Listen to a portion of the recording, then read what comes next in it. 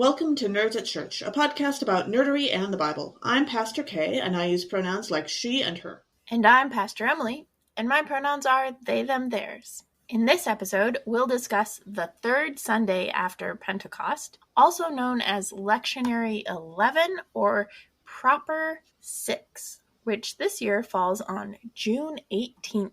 Check out the episode description for links to the Bible passages and other references we make in this episode. We have one content warning for you this episode. During the deep dive, we briefly mention and discuss racism, sexual misconduct, and Christian nationalism. So for our episode this week, as Jesus sends out the disciples, or now apostles, to evangelize, we decided to do a deep dive into evangelical, the word, not necessarily evangelism, the action. Although, We'll talk a little bit about it. But what we wanted to get at is evangelical, because it's this big word, and it has a lot of different, somewhat nuanced meanings, and a lot of connotations into harm and trauma. So we're going to unpack that a bit. First off, the word evangelical comes from the Greek euangelion, which we learned in seminary, and I think most Lutheran pastors learn in seminary because it is a very helpful word to know. And the word euangelion in Greek means good news. And we call the gospel the good news, right? So when we are talking about evangelical, the 2,000-year-old roots are good news. And so an evangelical, as in the person, was one who shares the gospel. That meaning is why it is in the name of the denomination that Kay and I are in, the Evangelical Lutheran Church in America. And it's also why we call Mark, Luke, John, and Matthew evangelists, because they wrote the Gospels. Right. However, and this is where it gets, some might say fun, some might say interesting, and some might say who even knows. Complicated, yes. There is a strain of Christianity, mostly in the United States and Britain, that started using the term evangelical as a term to mean the kind of Christian who is into what is called born-again theology, and generally conservative politically. And then it kind of became an entire movement of its own. Yeah. And so to be clear, which is not going to be clear, just to be clear, there are a bunch of terms that get used interchangeably when you talk about these groups, when you talk about Christianity, and different Christians sometimes mean different things by them. And so to start off, I would like to make it clear that there are, say, 3 different groups of Christians that tend to get grouped into evangelicals that aren't necessarily part of that group. On the one hand, you've got Christians who practice believers' baptism. This is a practice that's associated with Baptist churches. It means that instead of baptizing infants, you baptize people who are old enough to say, yes, I want to be baptized, please. And I sort of at least know what that means. Mm-hmm. Anywhere from age 6 to age 675 or whatever, but depending on, how old the people in the Bible got, but believers' baptism is one thing. Mm-hmm. Born again theology, which Emily just described, is a second thing. A lot of born again people are believers' baptism people. In fact, I think all of them generally are, but not all believers' baptism folks are into born again theology. Disciples of Christ, the Christian Church Disciples of Christ is probably the best example of that. That they are believers' baptism as a denomination, and decidedly not born again, and not a born again conservative political. Right. And then the third group is the modern evangelical movement, which is its own special thing that honestly, the phrase modern evangelical industrial complex comes to mind because they have turned not only into a social movement, but also into frankly, a business. Mm-hmm. And that's its own thing in so many ways. So believers' baptism, born again theology, modern evangelical, 3 different things, Most folks who practice believers' baptism are delightful people and wonderful Christians. Born-again theology can go to some weird places, so can Christianity in general, but many folks who embrace born-again theology are also lovely people and all about loving Jesus and don't hate anybody. I have met those folks. They are wonderful. And a lot of them hang out in coffee shops. Which I really can't argue with because I would if I had time. And then there's modern evangelicalism as a social and cultural movement, and that's frankly kind of terrifying, especially as a social, cultural, and now economic movement. Yeah. And we're going to try our best to be careful about how we talk about these groups because we do genuinely love a lot of these people, and also we don't want to get sued. And a lot of the modern evangelical movement has access to some very expensive lawyers. It's true. And also, when we are talking about any of these three, we are talking about the decision makers, the leadership, the movement. It is very different in any denomination, and I would guess in any religion writ large or organization. Certainly in any political organization. Yeah, to talk about individuals who are not in leadership and to talk about the leadership and the politics and what is going on kind of on the top level. So when we're talking about it, the critiques we have are for the leaders and not for the folks on the ground who are just trying to live their life. Well, and like there is stuff to be gained, right? Like there are points at which, there is criticism, but for the most part, it is about the systems and the organizations and the leadership, not about... And the folks with private jets. Not about individuals doing their best to love Jesus and their neighbor. Yeah. Those folks are wonderful. Yeah. So, what is born-again theology? Essentially, born-again theology is also called decision theology. Basically, one must make a decision for Jesus in order to be saved. So one must believe in Jesus in order to be saved, which means to go to heaven after you die. Yes, this does mean believer's baptism, which means no infant baptism, which does encourage ownership over your own faith. And there's also tends to be a strong emphasis on recognition of sin, like knowing where sin is in the world and also in your life. Which is something that, frankly, born-again theology shares with Lutheranism, which is what Emily and I embrace.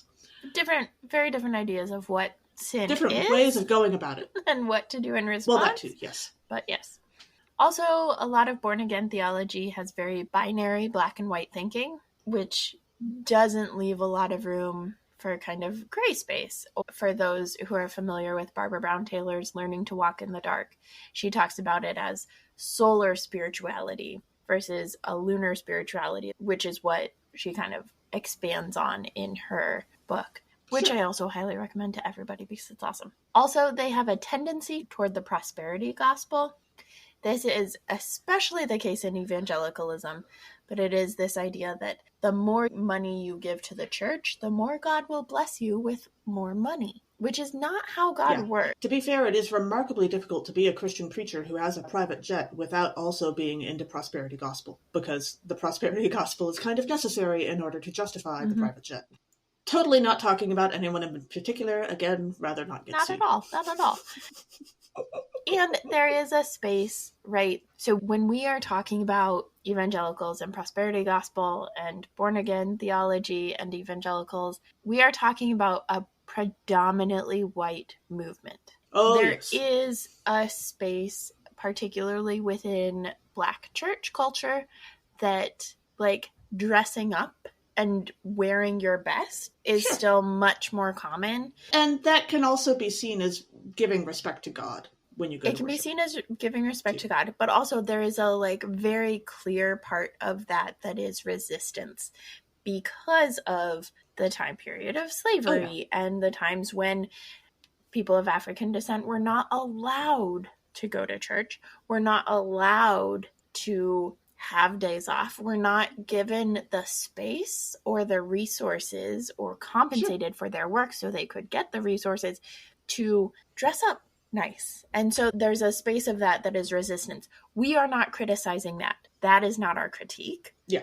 We are talking about predominantly white spaces. So just for clarity. Also, you will find purity culture in a lot of Christian churches, and it looks different in a lot of Christian churches. Mm-hmm.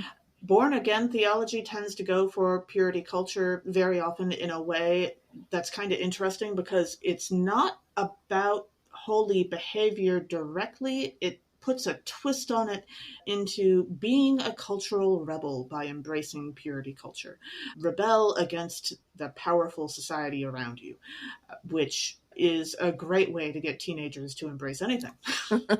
So, yeah. So then the question comes like, well, how do you know, right? How do you know what churches, what denominations are born again or evangelical? So there are a few denominations that like naturally tend more towards born again or evangelical. The Southern Baptist Convention is very much about born again. Not all Baptists are Southern Baptist, right? So there's American Baptist, there's Northern Baptist, there's a lot of other Baptists. We've had Baptists on our podcast, but Southern Baptists is a like particular type of Baptist. Yes. Also, if a church bills itself as non-denominational or non-denom, it may or may not be true. Usually there is still a connection to either Baptist, as in Southern Baptist, or Assemblies of God, or Pentecostalism. Again, still the predominantly white versions of those. But non-denominational congregations tend to have believers' baptism and born-again theology and tend towards prosperity gospel. Not all of them, but the majority of them. And a lot of folks who come around knocking on doors, if they're not Jehovah's Witness or LDS, are in this vein. And so if you have ever been asked, were you born again, or when were you born again? My personal favorite response to that is on my baptism, May 16th, 1987, and every day since. Because as Lutherans, we believe that we are renewed every day in our baptism. Yes. My baptism was February 26th, 1984, but also I've never actually gotten this version of the question, and I would like to throw out there that not knowing your baptism date is actually pretty normal for a lot of people, but Emily and I are clergy and therefore both weird and nerdy about it. And we had to write it down somewhere. There are so many pieces of paper that have my baptism date on it for official reasons related to my job. And it's possible that I wrote the wrong one down or had the wrong one. If it makes you feel better, I had a seminary classmate who used to be Southern Baptist and had to figure out which of his 4 baptism dates came first in order to figure out which one to put down on our records. So that was fun. Nice. On the other hand, the version of that question I have gotten is, when were you saved? And my favorite answer to that question is about 2,000 years ago on a Friday afternoon. Same. I don't usually add the Friday afternoon, but now I'm going to because I love that. So, about 2,000 years ago, right? Because that's, again, not a thing that we do, but something that God does. Yes. And to be fair, every time I've given that answer, the person listening has loved it. Like, I think I made some people go home and rethink their life choices. So that was kind of fun. Like, to be clear, when I answer that, I'm just being honest. I am not trying to be contemptuous or anything. That is genuinely what I believe. And apparently it's a good answer.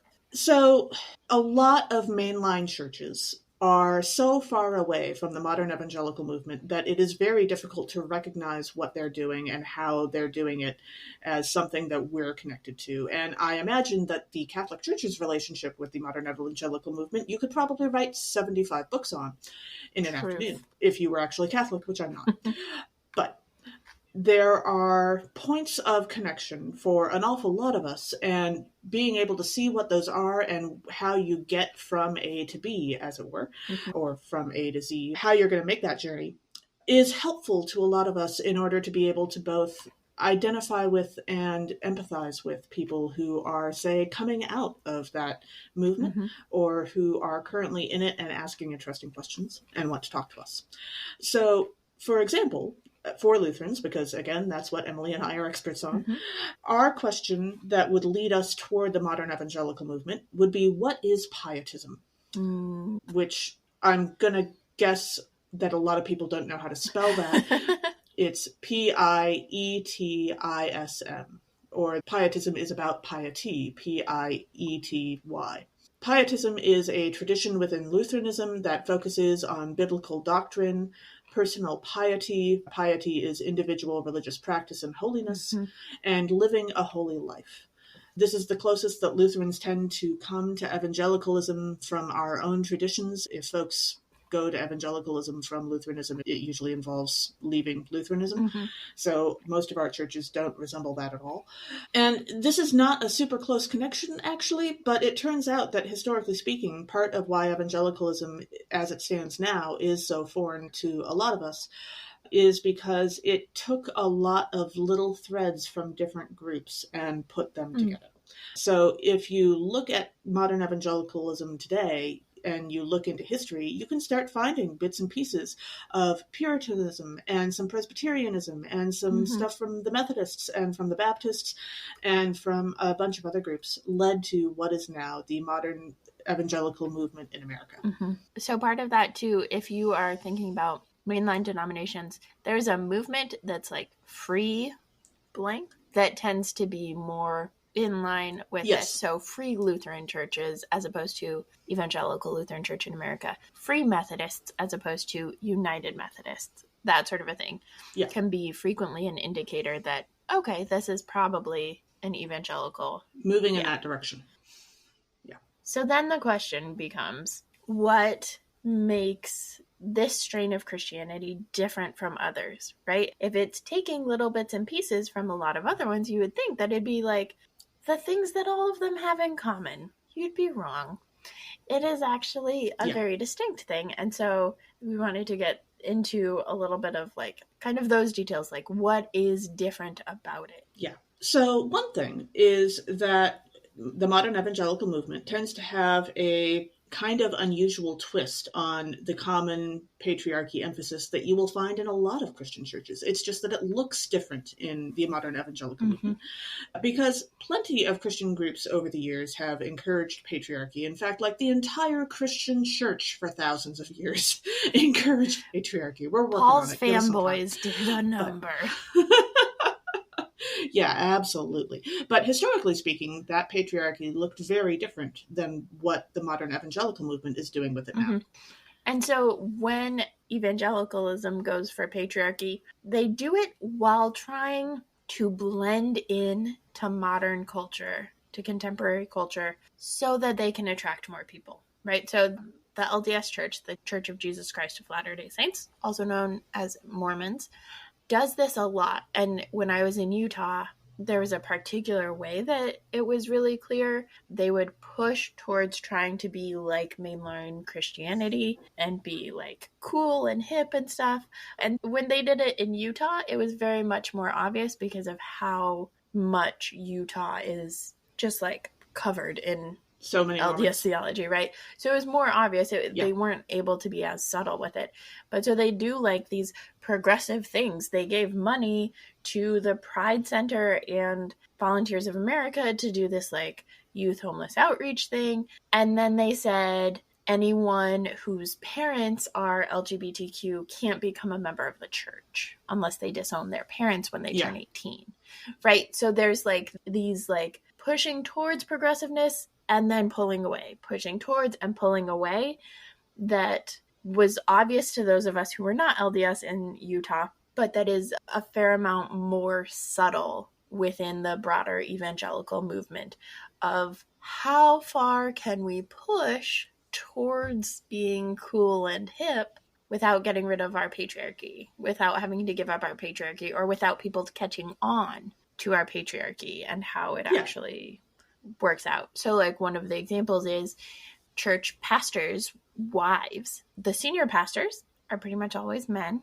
usually white men, and their wives can have a leadership role in the modern evangelical movement. And sometimes even be called pastors, but their role is to support their husband and to look beautiful while they do it. But it's really like they don't show up on their own. They don't preach their own sermon series.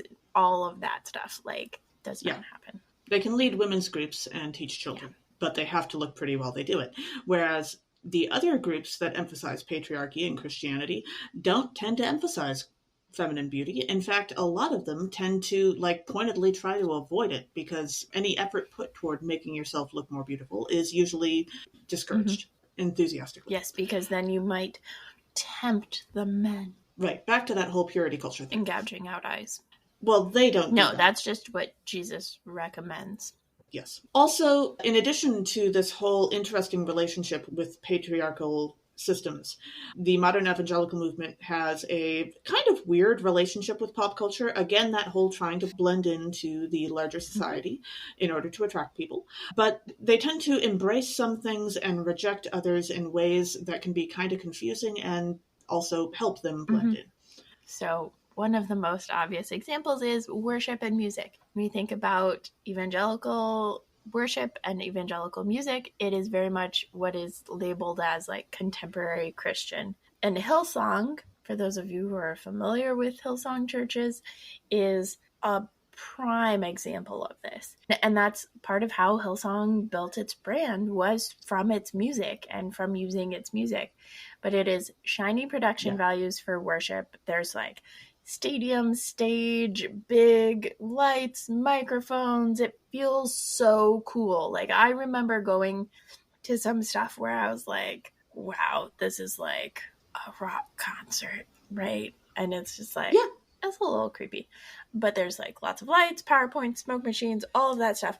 But also contemporary Christian music tries to be cool rock, hip hop music, but with a Christian message. And there's still so much patriarchy in it. It almost exclusively uses he, him pronouns for God, all of that stuff. And we get so caught up in using that in non-evangelical contexts, but that continues to fund it. Yeah. Also, you get an interesting twist on both patriarchy and purity cultures, such as women spending lots of money on their hair is generally fine. But either makeup is always bad, or you can do a very small amount of extremely natural looking makeup, but you have to have this whole separate list of thoughts about it, basically. I have seen some Bible studies about makeup that make my head spin. But that's one way that they work with pop culture, but also reject some of it. Sports in general, especially for guys, are good, except for some of them. Heaven forbid you try to engage in gymnastics, that kind of thing. And also, there is a very big emphasis on shunning people who are not part of the in-group, who are not part of the modern evangelical movement. And that has broken families and relationships for There can years. be real fast turning your back on people, or also and also for strange, very specific reasons that aren't necessarily part of what you think it's about at first. I know kids who were not LDS in Utah, particularly in the Salt Lake suburbs, really struggled once they hit middle school, high school, because up until then they could hang out with their LDS peers and it was fine. But once LDS kids, I think it was once they were baptized or once they hit a certain age, then they couldn't hang out with non-LDS kids anymore. And so it's it's a very clear division and can be really isolating if you're so immersed in that, but also can be really comforting if you've never had acceptance, if you've never been accepted in other aspects of your community. Yeah. And one of the ongoing things that happens when we talk about the modern evangelical movement is that terms are used, words or phrases are used to mean different things. They'll take a word or phrase and they'll use it in a way that actually specifically means this one thing, but anyone who's not part of the modern evangelical movement will think that you mean something completely different and also usually much more general. Literally yesterday, I listened to an episode of the podcast Bible for Normal People, episode number 247, which is titled, What Does It Mean to Take the Bible Literally? And the podcaster, Jared, whose last name I don't remember how to pronounce, I'm sorry, he talks about words and phrases that mean one thing for one group of Christians and a totally different set of things for other Christians, specifically for the modern evangelical movement. Specifically, one of those 5 things that he winds up talking about is, what does it mean to take the Bible literally? Because people who say that mean wildly different things by it, depending on what group you're a part of. My favorite was one of my religion professors said, if you take the Bible literally, then you are a sheep. And Jesus is an actual shepherd. And we know from all of our Good Shepherd Sundays that, like, Jesus also calls himself a gate and a fence. And, like... Yes, well, my personal favorite example from this podcast episode was, do you believe that Jesus actually was looking at somebody with a log that was jammed into their eye when he talked about the log and the speck? I like that one. Or was it a metaphor? Yeah. But yes. But a lot of people who take the Bible literally accept the concept of metaphors and don't take those literally, but take other things literally. They pick and choose which things are metaphors. Again, that's a whole separate deep dive that we don't have time for right now. It's true. So that's kind of like, in a nutshell, what they tend to be about. The less, like, publicized, shiny versions. Yeah. But then it raises the question, what about this country that Kay and I are in, and many of you are in, made this type of Christianity so popular? Like, what is it? Yeah, because you will find it elsewhere, but it is huge here. Yeah. And so part of it is the focus on individualism rather than community, which has always been like the rugged individualism and has been taken up multiple notches in, like, the pandemic, where we value others so little that we're not willing to wear a mask. But also this, like, emphasis on personal responsibility for your faith, personal responsibility for your actions, also appealed to conservatives. And, you know, Billy Graham and Focus on the Family, they were just huge. Yeah. They were big. I often wonder what the world would be like if Billy Graham had decided to become an accountant. Just totally different world. It's true. It's true. And to be fair, I have a complicated relationship with Billy Graham because he was also the only reason my grandmother ever believed God loved her. Like, a lot of people have a complicated relationship with Billy Graham. There were parts of what he did that were very helpful, but... Yeah. Also, and this is the piece that, like, doesn't get talked about as much, but... So back in the day, last century, I know, okay, we're old. Ow. Because of the civil rights wins that were happening, segregation was not what it used to be for conservative politics. That was not winning. And so because of that, there was a shift in focus. That was also the 60s into the 70s when Roe v. Wade became the law of the land, guaranteeing access to abortion to everyone up to a certain point. And so conservatives, and this is, some people talk about this as like the Southern strategy, right? But there's this push within conservatism to find something else, find a new thing around which they can rally Southern white folks. And so they started to funnel evangelicals into conservative Christianity and into the political right, right? They all kind of melded together into one thing. And they even pulled Catholicism in some respects, though that's a like weird marriage of groups, with the work to push against bodily autonomy and to repeal Roe v. Wade. That then also with that was a push against same-gender marriages and the push now for the like hundreds of anti-trans bills that have been introduced and many of them passed in just this year. Yeah. And all of this combined, right? Add in Fox News, add in the ways that we can get into echo chambers and the ease with which social media, Facebook, YouTube, Twitter, allow for radicalization. And that is how we got Christian nationalism, right? Add in the Islamophobia of after 9/11 especially. And it's not actually about faith anymore, right? Particularly for those who are in church. Because if we had put that amount of effort and money towards, say, solving homelessness or solving world hunger, we'd be almost done by now. But we didn't. It became a tool for the rich to stay rich and for the powerful to stay powerful. Not because they actually believed it, and certainly not because they actually followed it. And we'll talk about some documentaries that have come out that kind of get at that. But because if they got everybody else to believe it, then they could hold on to their power and their money. So it was about control.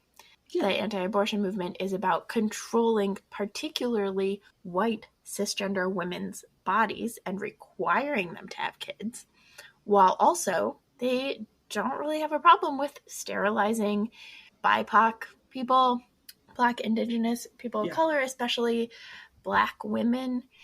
They don't have a problem with performing hysterectomies on those who are detained in immigration centers.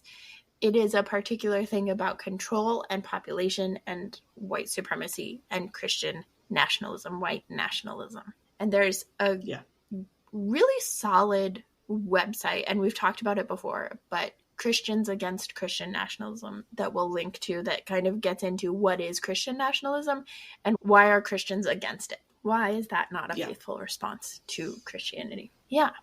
So this kind of feels depressing and like, but have no fear. Kay and I also know that evangelism and being an evangelical in not this sense is not bad. So what is good evangelism? Is there such a thing as good evangelism? So evangelical is good news, right? Evangelion, like we talked about at the beginning. And so evangelism is sharing good news. There's a quote from Archbishop Desmond Tutu that I absolutely adore that is, when people were hungry, Jesus didn't say, now is that political or social? He said, I feed you. Because the good news to a hungry person is bread, right? There are a lot of ways to share good news. And for a lot of people, it is helping get their basic needs met. That is good news. Absolutely. That is like the Lutheran World Relief. People in Minnesota and throughout the country, right, would make blankets for Lutheran World Relief and Lutheran disaster response. And so they got sent to, I believe it was Sudan during the Civil War.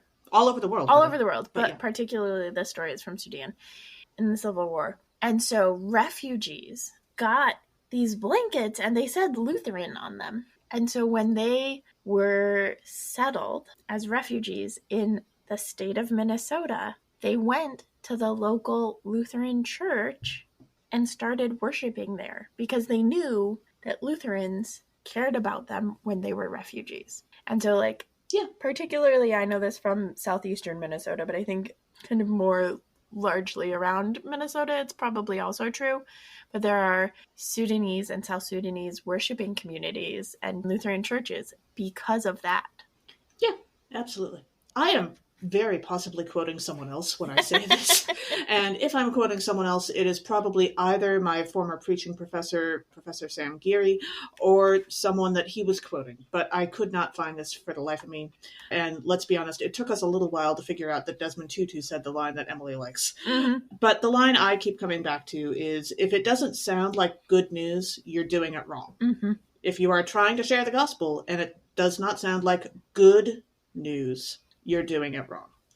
Because the gospel is supposed to be good news. I actually have a fantastic story about this.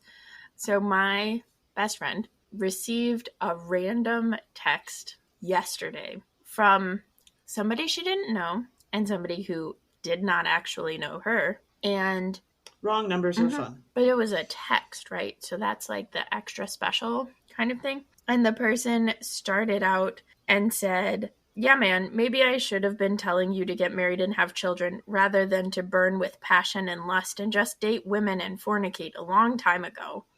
And it goes through this whole super long paragraph with no punctuation. So it's all just like one super long sentence about God's plan for most people to get married and start a family in the Bible and who can be celibate and all of that stuff. And so she sent it to me and two other people. And then we were all giving like our ideas for how to respond because A, the person's not talking about her, but also like they're like, whew. And then there was like more about like burning with passion and then sin and hell and biblical counseling and all of this stuff. And so then like she responded and like did a couple like bullet points of response and said like who she was as a like bisexual, happily married, like someone who continues to burn with passion, because if marriage stops burning with passion, then you're doing it wrong. If you had it before, but then didn't. And then the person was like, oh, sorry, wrong number. And then went into this whole like using a lot of what we've been talking about, right? Like using words and phrases that mean one thing in evangelical circles and mean a different thing in other circles. And just like went on the attack. And then she like actually said, I'm not sure what your goal is, because that response has zero chance of convincing anybody to join Christianity. And they were like, yeah, I figured you would say something like that. Have a great day. And so she was like, so you do care more about yelling at people than actually converting them. I have always suspected this was true. Thanks for confirming. And the person like responded one more time, but she was done by that. But it was such a perfect example of like, you claim that what you are doing is evangelicalism, is evangelizing, is trying to like win people for Jesus. And yet what you are saying is pretty much guaranteed to not do that. And you don't care. Yeah. Yeah. So very much related to that. If you are welcoming someone who is looking for someone more in their life into a life of faith, that is going to be a very different thing than, say, forcibly converting someone or coercing someone into a way of life they never wanted in the first place. Mm-hmm. Truth. And like, let's be real, good theology is actually great evangelism, right? Grace and the knowledge that God loves your whole self is liberating to so many people. A theology of the cross, whether you call it that or not, of actually telling the truth about evils like abuse and exploitation, as opposed to the... And hitting poor people. As opposed to the made-up evils of, like, I don't know, wearing makeup. And a theology of the cross that names God's presence with us when we are suffering, not as the cause of it, but with us as a comfort. That is good news, right? And so when we are talking about that, like, there is so much that is actual good news, that like this sense of evangelicalism and how it misconstrues the message of Christianity and how it harms people and then calls it good news is just like... Cognitive dissonance. Yeah, cognitive dissonance. Indeed, indeed. So, all of this, and where does it come up in pop culture besides in literally every Fox News episode, every Fox News show ever? Well, our first example that longtime listeners will know that both Emily and I love dearly is, of course, Saved. Yes. The movie. Mm-hmm. You are supposed to say the title that way because there's an exclamation point at the end of it. And one of the lovely things about Saved is that it is fiction. Mm-hmm. The rest of our list today is nonfiction and also largely kind of depressing. Yeah. Saved, on the other hand, has a lovely, hopeful ending. Please, someone out there, convince them to make a sequel. I want to see Cassandra the Rabbi rip this stuff apart. That would be and she'd be amazing. I would love that. Hard agree. She doesn't even have to be a rabbi. She could just be a faithful Jewish person. Yeah, but like, wouldn't she make an excellent She could rabbi? be an atheist Jewish person too. Like, absolutely. Yeah. Anybody that, like, she has dug so deep already. Yeah. Agree. And then there are a bunch of, as Kay said, nonfiction options. There has been a ton of documentaries recently getting into different people and parts of the evangelical movement.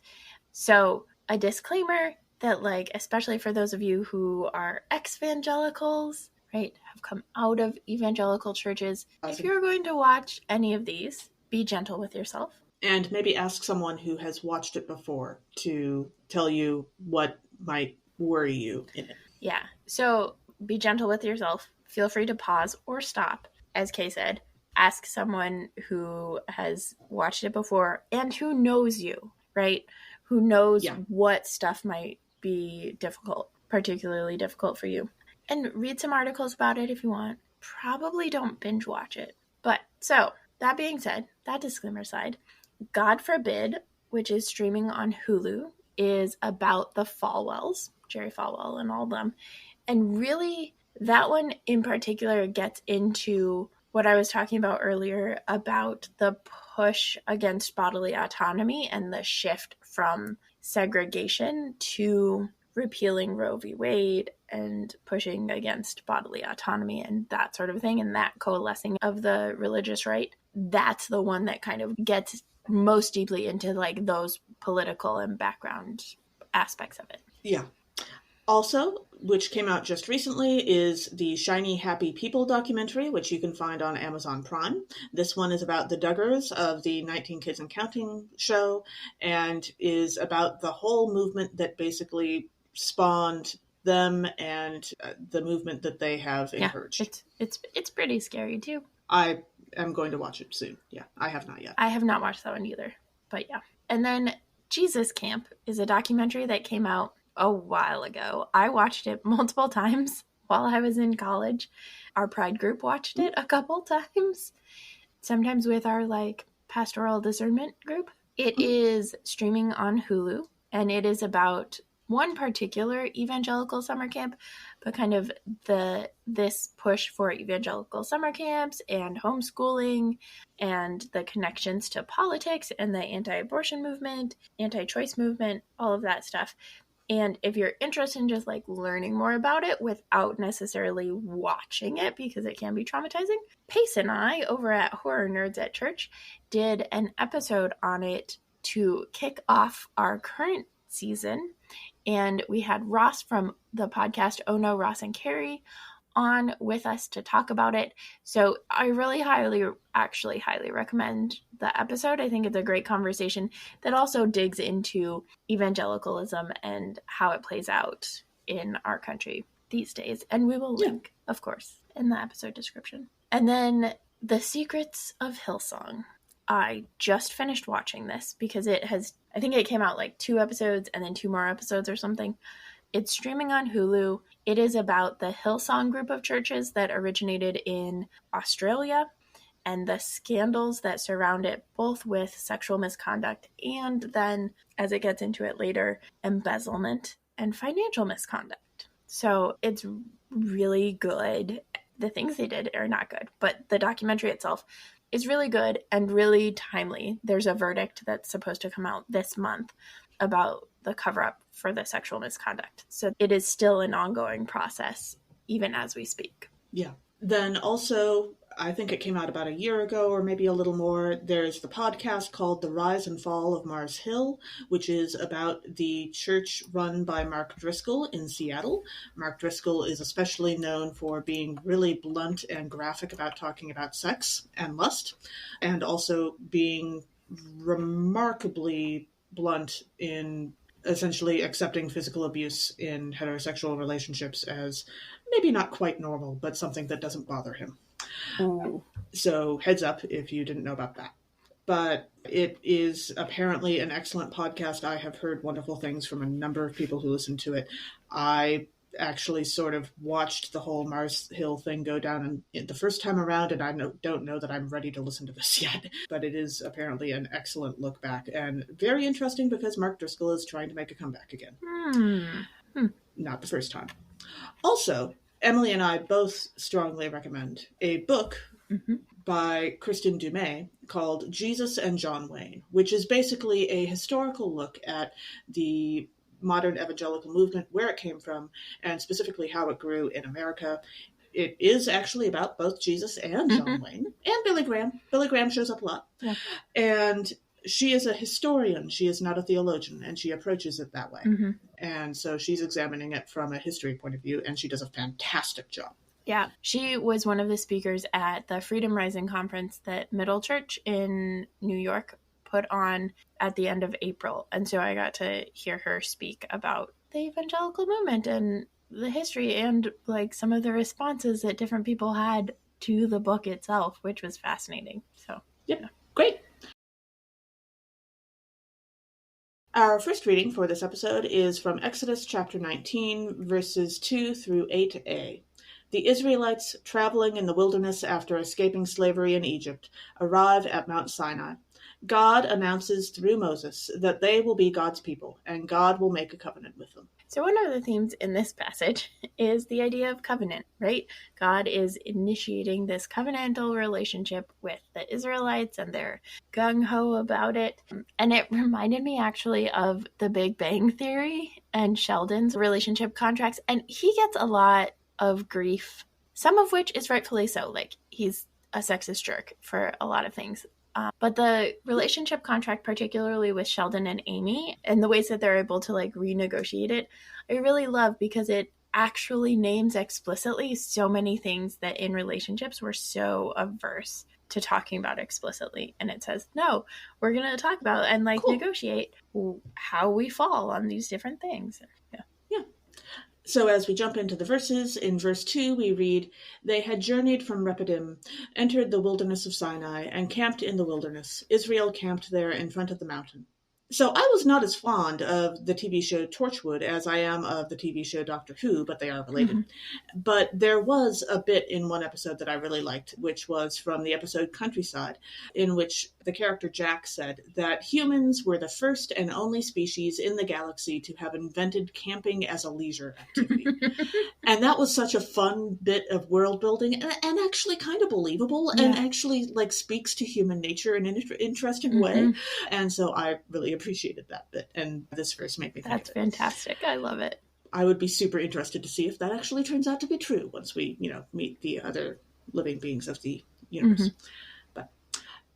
And then in verse 4, we read, "You have seen what I did, that is God, to the Egyptians, and how I bore you on eagle's wings and brought you to myself." Okay, now this is either an example of a Hebrew idiom, or God is one of those people who likes making stories of things that happened more dramatic than they actually were. Like, come on, God. Parting the Red Sea was pretty dramatic already. You don't need to go full-on J.R.R. Tolkien getting Frodo and Sam off of Mount Doom in order to impress us. We're already impressed. Like, you have plenty of stories.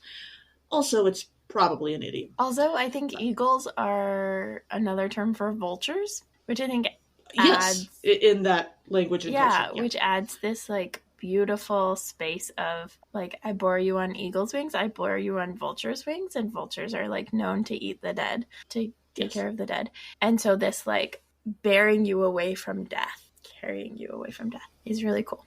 I like it. And then in verse 5 we read again God telling Moses to tell the people, "Now, therefore, if you obey my voice and keep my covenant, you shall be my treasured possession out of all the peoples." And as I was reading that, I was thinking about treasured possessions, and there's that capitalist, like, possession, blah, blah, blah. But I love in the movie Casper when Kerrigan is, like, trying to find the treasure and get into the vault to get the treasure and blah, blah, blah. And the treasure, Casper and his dad's treasure, buried treasure, hidden treasure, is a baseball glove and a baseball. And I just love that like that type of God having God's people as a treasured possession in that sense is just like so beautiful. And I love it. Mm-hmm. And then in verse 8, we read, "The people all answered as one. Everything that the everlasting has spoken, we will do." And Moses reported the words of the people to the everlasting. And this is an example of like when everyone on that scale is united, it really doesn't bode well. See, for reference, Exodus 32 and the golden calf. Like, grain of salt whenever a group that big says, "Yeah, we will all do it." And then our second reading for this episode is Romans chapter 5, verses 1 through 8. Paul explains that God's love, evidenced by Jesus' willingness to die for us, is why we have peace with God, and can therefore have hope even when we are suffering. And I gotta say, like, it's a pretty piece of writing. But the logic here, Paul, is not great. Like, suffering produces endurance, endurance produces character, character produces hope, and hope does not disappoint. In what world? I mean, it also doesn't lead to the dark side. It also does not lead to the dark side. That is true. A lot of the time. Which is the bit I always think of with this passage, but neither of us made the reference. I know, but I did think of it. So. I was like, hope. I knew hope. But I think it is geared towards a people who are already suffering. And so there's like more space for comfort and encouragement there than like when you're not naturally suffering anyway already. But I did think that it was pretty accurate for the evolution of the artificial intelligence in the show Westworld, which, like, I don't know if we actually want that, because that AI, when it had evolved enough, then ended up killing a bunch of humans. So, I don't know. Maybe not the path we want to take. Probably not. No. So as we jump into the verses, in verse 1, we read, "Therefore, since we are justified by faith, we have peace with God through our Lord Jesus Christ." And I don't know, maybe it's just because I read this verse after reading some family disagreement stories on Reddit, or I've watched too many TV shows that could have been solved with one 30-second conversation if everybody calmed down a little bit. But why hasn't anybody written a magical society that has a spell or something that gets everybody involved in a disagreement to be able to see reason? Even just for like 5 minutes. So many problems would be solved. Like, not preferably in a creepy mind control way, but rather in a voluntary family mediation way. Like, everybody agrees, okay, we need to actually fix this. Let's all touch the magic rock. And we will all be able to understand each other's position and be reasonable for 5 minutes, and maybe we can get this fixed. And, you know, if there's magic involved, maybe the mediation has to work. Maybe everyone has to be able to actually be genuine with each other or something. I guess probably people would still figure out ways to twist that to hurt people, but, like, it's a nice thought. Yeah, also probably that would get rid of most plots for, like, TV shows and stuff. Well, sure. I mean, plots with people who speak your language. Okay, fair. There's always more room. You know, combining that with the translation circuit would be quite a mess. Yeah. Sure, so. And then in verse 2, Paul continues talking about Jesus, through whom we have obtained access to this grace in which we stand, and we boast in our hope of sharing the glory of God. And I just got this image of grace as like a nest around us and also the ground below us. And so this, like, it comforts and protects, but also is like the thing from which we push off of, empowering us to fly. It just seemed really beautiful. Yeah, I like it. It's not a particularly nerdy connection, but... Doesn't necessarily mean that God is feeding us worms either. Yeah, but yeah, regurgitated worms, not always the thing. But being baby birds is, yeah, absolutely, sure. If we're going to be sheep and various other animals, we might as well be fledgling birds. Hopefully not vulture birds, but maybe. Yeah. And then in verse 3 we read, and not only that, but we also boast in our sufferings, knowing that suffering produces endurance. Which may be true, like, when working out or exercising, that, like, you gotta feel the burn to get the endurance to do the thing for more time. But it is not true emotionally. You don't have to suffer in order to have resilience. And in fact, suffering can decrease your resilience. So don't do that to people. Don't hurt yourself or others. Yeah. Murder bad. And then in verse 7 we read, "Indeed, rarely will anyone die for a righteous person, though perhaps for a good person someone might actually dare to die." Okay, so Romans is a book that we Lutherans tend to read a lot. I have read this verse a lot. I have read this passage a lot. And I have had a growing feeling for some time now that maybe Paul had some kind of personal grudge or backstory behind this verse, because it feels like there's a ton of emotion going on there with that whole, perhaps they might actually dare to, like, there's some stuff there, and I can't entirely put my finger on it. Right. And this time when I read it, I think I figured out what it might be, because of course he does have some personal backstory relating to this kind of thing, because he watched Stephen die as the first Christian martyr before he, Paul, converted to Christianity. And he writes a lot of the letter section of the New Testament, but I don't think he ever actually talks about that directly in his letters that we have. No, he does not. But I wonder if it had a lasting effect. And maybe this is where that comes in. Because Stephen dared to die for Jesus, but Paul saw himself as righteous before his conversion. Interesting. I don't know that that's true, but I'm going to be wrestling with that for a bit. So I figured I would make all of you do that too. Thank you. Much appreciated. Much appreciated. And then our gospel reading for this episode is Matthew chapter 9, verse 35, through chapter 10, verse 8, and also possibly including verses 9 through 23 of chapter 10. Jesus' 12 students, the disciples, are sent to their communities and people to heal and proclaim the coming of God's reign, and so become the apostles, which means the ones sent out. So one of the themes in this passage is the idea of hospitality. So for those of you who have not read the whole passage, the bracketed part includes a reference to Sodom and Gomorrah. If you want an unpacking of Sodom and Gomorrah, we have an excellent episode that we did last summer that we will link to in the show notes that digs into Sodom and Gomorrah. But the basics are Sodom and Gomorrah is about hospitality. Yes. And this passage as a whole is about hospitality, both giving hospitality and receiving hospitality. And I love this in particular, especially for this Sunday, because it is June 18th, which is right before June 19th. And so there is this, like, the idea of being sent out with good news reminds me of, right, the sending of the good news of the Emancipation Proclamation and the end of slavery in all of these states, and it finally getting to Texas and to this group of people who were enslaved in Texas. And also, like, this idea of hospitality that, like, Blanca in Pose so embodies it. Like, she receives hospitality when she is welcomed into her first home, her first house, her first family.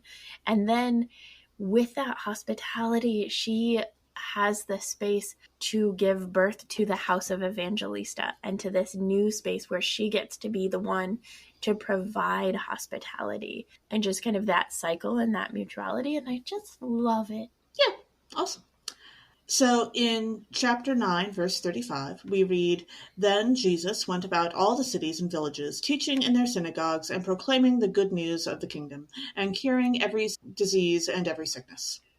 And thank goodness there was no social media back then, or he would have been mobbed beyond all sanity. Can you even begin to imagine the TikToks? Oh my goodness.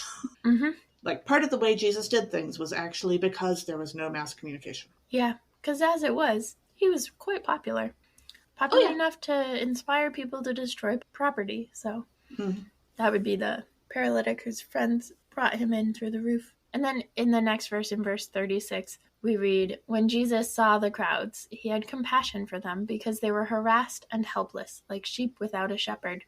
And I just thought about that and, like, the ways that being an oppressed people, like a people that are in a occupied land, can make you feel, or like I was thinking about the factionless in Divergent and the ways that, like, when people are scattered and just trying to get by and struggling, there's not the space for leadership to rise up. And that's definitely how the factionless are treated in Divergent. And it's not until they start to get their needs met that then they can start to work together and to figure out leadership and figure out ways of resisting and building momentum and a movement. And so that space of Jesus being like, "Oh, babies, you are scattered. Let's get some stuff in place so that then we can keep going."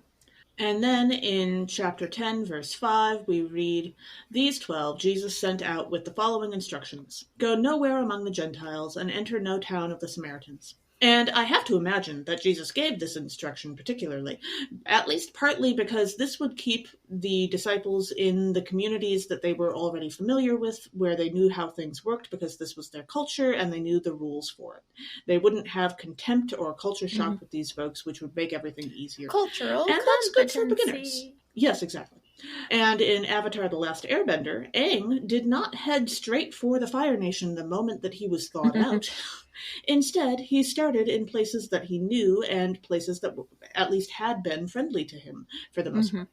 And that helped him get his feet under him before he figured out what he was going to do next. And build momentum. It's true.